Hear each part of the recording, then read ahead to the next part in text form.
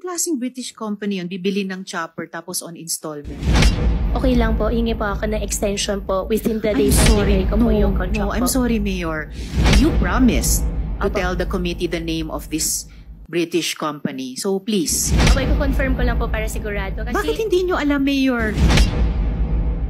Pagkatapos nung nakaraang hearing, kumonto kami sa CAAP. Active pa po ang registration ng chopper nyo na nasa pangalan nyo. Yes po, Your Honor. So can you explain this? Bakit sinabi nyong binenta nyo na ito samantalang lumalabas, kayo pa rin yung may-ari? Your Honor, ang kontrata po namin yan ay deed of absolute sale po. Ay deed of conditional sale po pala. Babayaran po siya in next 6 months po. Installment din po. After po mabayaran po, mag-execute na po ako ng deed of sale po sa kanila. So habang hindi pa deed of sale na consummated, kayo pa rin yung may-ari? Hindi na po kasi nagbabayad po siya sa akin ng installment po na 6 months po. So sinong may-ari? Meron po isang British company po. Anong klaseng British company yun? Bibili ng chopper tapos on installment? Your Honor, provide ko na lang po yung details po na lahat po sa inyo para mas ma-investigate nyo po na ano po. Actually, last hearing nyo pa kasi sinabi na ibinenta nyo sa British company. And Apo. last hearing nyo pa pinangako ibigay yung pangalan. So anong pangalan ng British company? Your Honor, okay lang po, hingi po ako ng extension po within the day po. Bigay ko po yung contract po. I'm sorry, Mayor.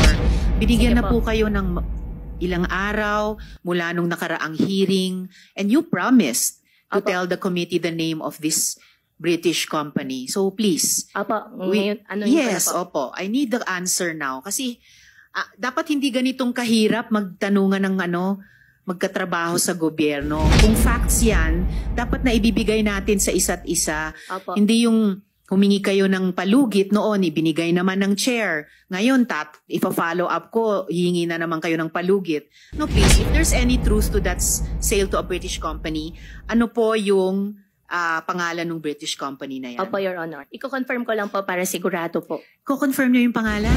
Opo, iko-confirm ko lang po para sigurado. Kasi, Bakit hindi nyo alam, Mayor? Binenta nyo sa kanila, they owe you money, babayaran kayo on installment for 6 months.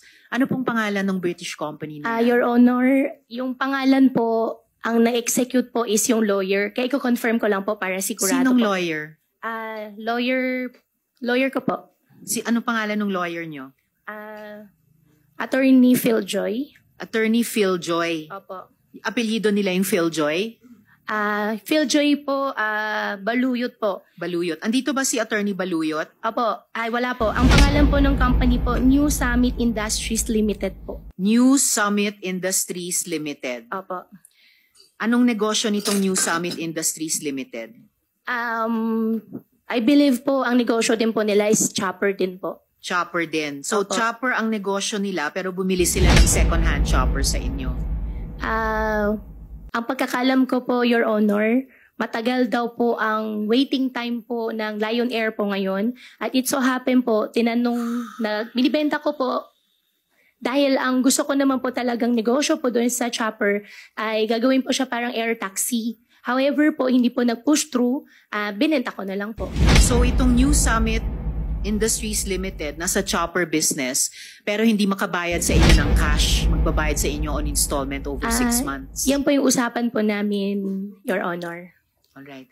Alam nyo, Mayor, hindi kailangan ganitong kahirap. Opo. Sumagot sa tanong ng Senate Committee na kailangan parang halos kalad ka rin mula sa loob ninyo.